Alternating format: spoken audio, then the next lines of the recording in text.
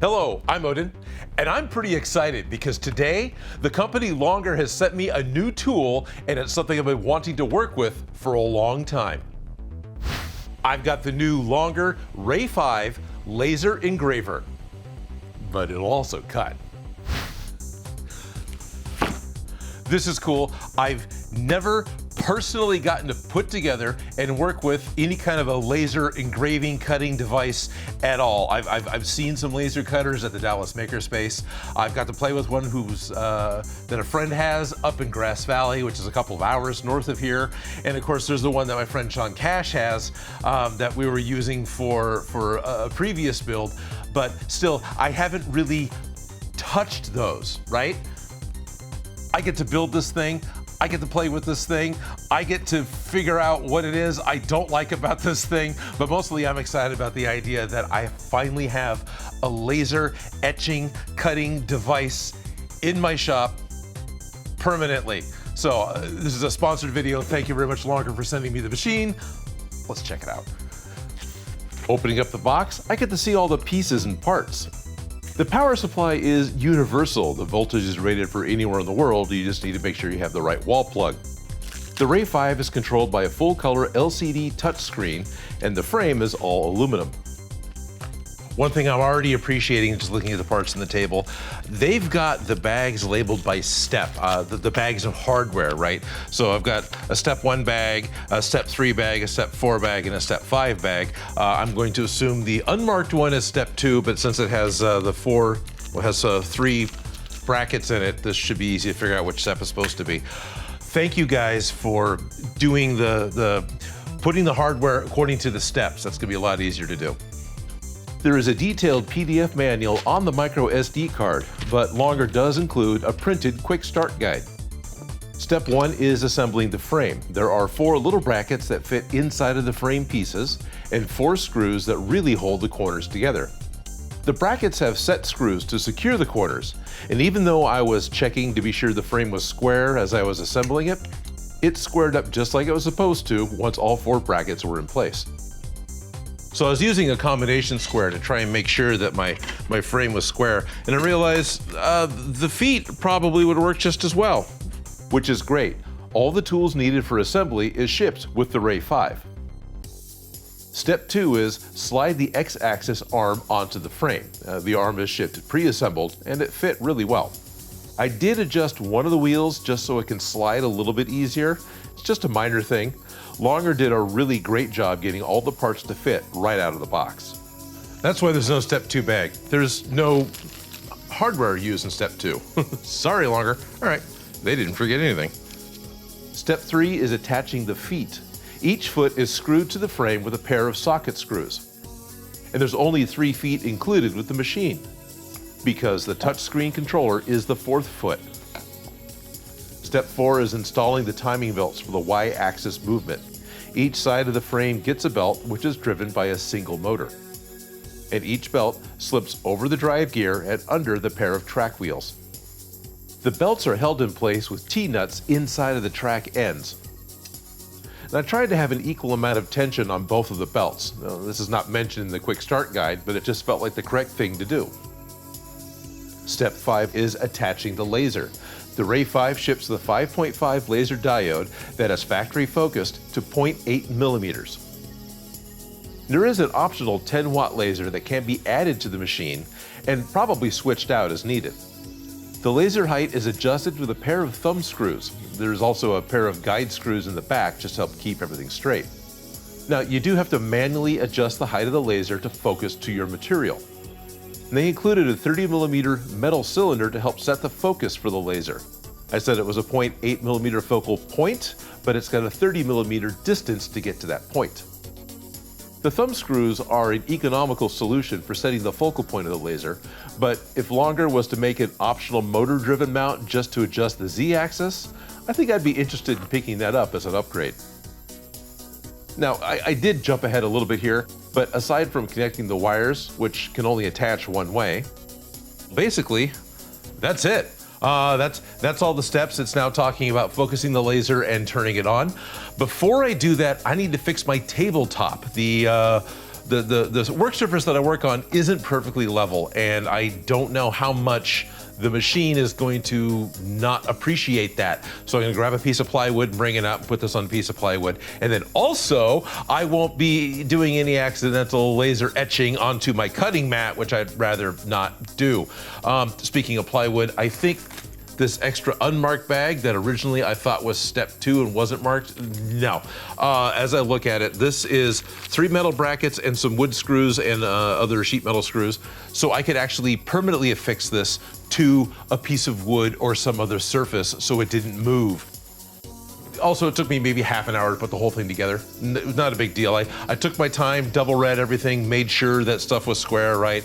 If I was building more than one of these or I had to do it again, I could probably do it in half that time. But that was a really fun model kit for half an hour. This is a really cool laser cutting prop. So let's get a piece of plywood, plug it in, and turn it into a laser etching tool. Very happy about this. I cut a piece of scrap MDF to 24 inches square and attached the brackets to the feet, and then I screwed the Ray5 onto its new wooden base. All right, I'm happy. I've got a surface that I can laser, and if I happen to burn through what I'm doing and I burn the table underneath it, I'm burning this sacrificial piece of MDF that I can easily trade out for something new. So let's power this thing up and make it shoot stuff. I need a thing back here. I just need something under the far end because my table is not perfectly flat. This is an open frame laser cutter, so extra care needs to be taken while using it. It ships with a set of safety glasses, but the burning fumes are also going to be a concern. Power it on, peel the plastic from the screen, buttons, controls, parameters. Okay, well, load the micro SD card into the top and burn the first test file. Oh, this is kind of exciting. I mean, I'm running the demo, but I've got a laser engraver in my shop and it's doing its job. I am just burning wood, so I'm not as concerned about the smoke and fumes, but I really should wear my vapor blocking respirator mask while running this guy in the shop. That's one of the files. There's 3 files. I'm gonna go ahead and run all 3 because I got a toy, dang it. So I'm gonna engrave, and I wanna go to the compass, and I wanna see where the frame is. And the frame function shows you the outline of the artwork that you wanna etch. This includes any negative space or plain paper space around your artwork. It really helps with targeting where you will place the object onto the table so it can be burnt. These are the test files. These are the ones that come from the factory, all prepared, ready to go to be onto basswood with all the settings. Obviously, I was able to focus the laser correctly. What is focusing with the laser, Odin? Well, the machine is a laser diode. Laser diode has a factory set or designed specific focal point. That's the point at where all the concentration of the laser is going to be at the optimum point. You know, you're holding your magnifying glass to the sun and you get the spot and that actually starts burning, not the ants, the wood, you know, so you can actually, that's all this is. That's what this is doing. So the focal point is that hot spot that's actually causing burning when you're using a magnifying glass. The piece of metal was this little bit of aluminum. This is the focal point of the laser. So if this is set in the right spot, then it will be burning in the millimeter or less than it needs to produce the image that I'm looking for. This needs a home. I think I need to 3D print something that's a holder just for this. Last test print is the birds, which is a set of owls with some fine lines around the eyes. So without making any additional adjustments, I'm gonna stick a piece of foam under here and just let her rip. I tried 2mm wet the foam first, since the machine is still set for wood. And I'm not upset with the result. Foam shrinks when it's heated, so no surprise that the lines are a little smaller, but everything looks just fine. And I burned the logo again, you know, because I can. No, that little line's still there. So one of the things that I really like about foam is the fact that when you heat it up, it shrinks a little bit, which means that's happening when I'm cooking it with a laser as well. So the really fine little detail of the eyes around the birds or the fine line in the top of the Longer logo, they're still there. You can still see it, but it's a little smaller than it should be because the foam shrank as it was being cooked. This is also the wood setting. So it's gonna be stronger than it needs to be. Now, before I carve up any of my HD foam, I'm gonna hook up the computer, plug it in, figure out how the carving program works, and probably reduce the power by 50%. I've reduced the settings a couple of times until I found a setting that seemed good for HD foam. I liked 1,000 millimeters a minute and 30% power. I also ran more wood. I did some of the new cartoon designs of the full suit cosplays we made here on the channel, and just testing the light burn capabilities for burning full color images. I still need to learn some refinement. I really like having the computer connected to the Ray5 by the USB cable and just controlling the project directly with the program. Ace sent me a line-only version of the Gundam, which is put onto a piece of 4mm HD foam. I got the settings right to etch the image and not cut through the foam. I'm super happy with how this is working.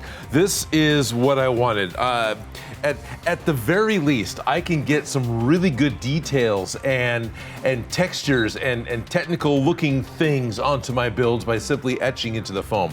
But the one thing I've got left I want to try to do with this machine is cut the foam.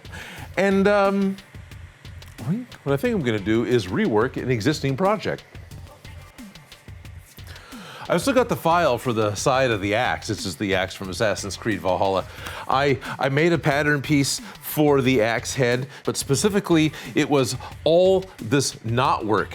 I've reworked it in Inkscape and made it so I can actually trace the path and then laid a second file on top of it so I can cut the outline out. So what I want to do is tape down some 2mm foam, and then I want to see if I can't cut this with Mr. Machine.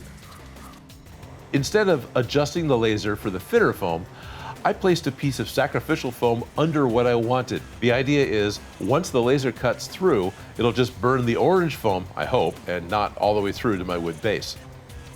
But I never really burnt through the 2mm foam, even with multiple passes at the same strength.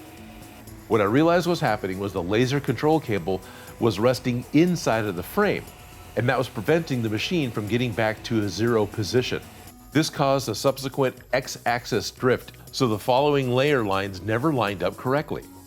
However, the inside design worked perfectly the first time, and I learned that you want the laser power to be strong enough to make the cut on the first pass. This is foam, the Ray5 can do that. So what I'm trying to do now, I'm not wearing a mask, I know, but it's wood. What I'm going to do now is actually burn a grid onto my target piece of wood. And if I save this file, whenever I put on a new piece of wood, I can just burn a new grid. Why do I want a grid? Because I really want things to be square. I like it when I'm working with small items, and well, I intend on working with small items because I work with models and toys and stuff, right? So I want to make sure that I've got a grid that I can line things up with. And then if I overcut like I did with the axe, whatever, it's a expendable piece of MDF. So I'm gonna let this grid burn out, which is gonna be a 2 centimeter or 20mm grid, so it's gonna have quite a few lines to do.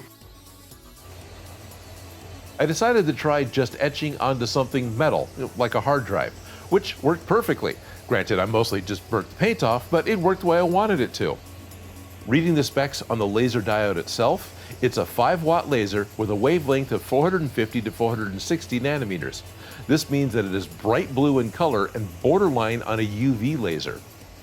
And that happened to be in the same safe range as the welding visors I use for my Mandalorian helmets. These visors do block that wavelength and are not as dark as the glasses. I can see more of the work area. What does the laser look like through the safety glasses? Well, it's mostly red, or at least it is behind the red tinted acrylic shield that's around the laser diode emitter. On lower power, it just kind of looks like a laser pointer through the lens. But it's not. So don't go looking directly at the bright light because it can damage your eyes. Now I did try a couple of other plastics. Lego is made from ABS, so of course it worked poorly, and some of the Lego colors were more translucent than others, so the bricks just melted or burnt. Now the Ray5 manual does say not to use the laser on ABS, so I think this is going to be my last time trying to do anything to Lego. One other odd thing I wanted to try was acetate plastic. Now this is the same plastic that's used on pick guards on guitar bodies. The laser melted the plastic but didn't vaporize it, so it mostly just melted in place and then cooled again, solidifying in its new shape. So acetate is not really an ideal plastic to laser etch. Lightburn is an easy program to use. I fumbled through all of this testing without reading any documentation on the program and only looked up one idea, which is that for some paths, you can actually set it to do a fill setting instead of just an outline burn. Now Lightburn is an additional item to pay for, but as of right now, I'm willing to buy it after the 30-day trial is over. So of course I didn't stop there. There's plenty of other things I tried as well. I enjoyed trying to make some leather patches because this is certainly something that would help a lot with making more cosplays in the future, is custom patchwork. Definitely need to figure out what the right setting is going to be for leather so I don't get the scorch marks. And leather stinks. And it still stinks a little bit. So this is definitely one of those things that if I want to burn it, that's great. Then I need to set it aside and let it air out, because if I slap this on the very next morning, I'm just gonna smell like burnt. But that's okay, because it worked. The laser also not only cut the leather out, but added in all the stitch marks. So this is just a little bit of paint and it's good to go. The one other thing I did was actually use the program Lightburn to do some testing. In fact, all this was testing, but they have test programs within the program itself. And what it does, there's like a matrix here in the side where as it moves horizontally, the power of the laser is increasing in steps of 10%. And then as it moves up vertically, the speed of the laser increases. So this is like 600 millimeters per minute, then it's 1200 millimeters per minute, then 1800 millimeters on up to this laser's maximum 6000 millimeters or 6 meters per minute. That's the fastest that the machine can actually cut. And this gives me a really good visual indication of how well it's going to burn, how well it's going to cut, how it's going to cook the foam. You can do this for any material, by the way. This is just a test pattern you can set up, and you can set up whatever parameters you want. And of course, I also did this to a piece of 4mm What the Foam, and that too was, obliterated. But this one I set up a little bigger, where it had a 5% increase all the way across. So there's 20 steps. I don't think I'll ever do that again. I don't need to wait that long, especially on the slower levels where it's just totally cooked through. But what is nice is how good the definition is. And this is on both of them. I've got some really good definition with the HD foam, and I've got really good definition of these tiny little lines on the What the Foam. So this is really promising for making detailed, embossed pieces that I don't actually have to do with a wood burning knife or the soldering iron anymore, that I could potentially just have it done with this. I've already got a couple of ideas of other things I can do. In fact, I've got a couple of ideas of a couple of projects I want to do. One of them's going to be kind of immediate. The other one might take a minute, but you're going to see this machine again in probably the very next video. But overall, what do I think about the Longer Ray5 laser etching machine? Honestly, this is the first machine I've ever got to put together and got to work with on my own in my shop as far as a laser machine goes. I'm completely happy with it. This did everything I wanted it to do. If I had purchased this machine, I would not have been upset with it. This is a sponsored video. I did not purchase this machine, but they wanted my honest answer. And my honest answer is I wouldn't be upset to buy this. I'm actually looking at getting the 10-watt laser upgrade because why not? More power. And yeah, if they ever did make a Z-axis motorized controller to adjust the laser height, I'm looking to getting that as well. That's really not important, but I like gizmos and I like things that do things, and so that's something I think I would like. And I'm probably going to be buying the Lightburn software as well. So there's some expenses that I'm going to do, but this is something I'm going to use probably for a while here in the shop. You're going to start seeing it popping up more in the videos, or I'll just say, oh, I burnt this, and it'll always be burnt on this machine, because I know there's going to be lots of different ways that you can laser etch foam and laser cut stuff out, but this is how Odin makes.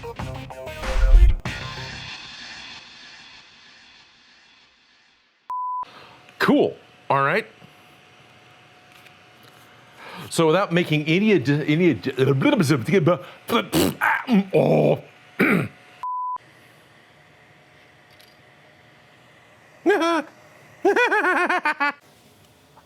So what am I laughing at? I wasn't being very careful when I was putting the SD card into the top of the machine. And so when I was shooting it, I actually dropped the card into the housing of the control, which doesn't have an opening. So now I get to take the body off so I can retrieve the card.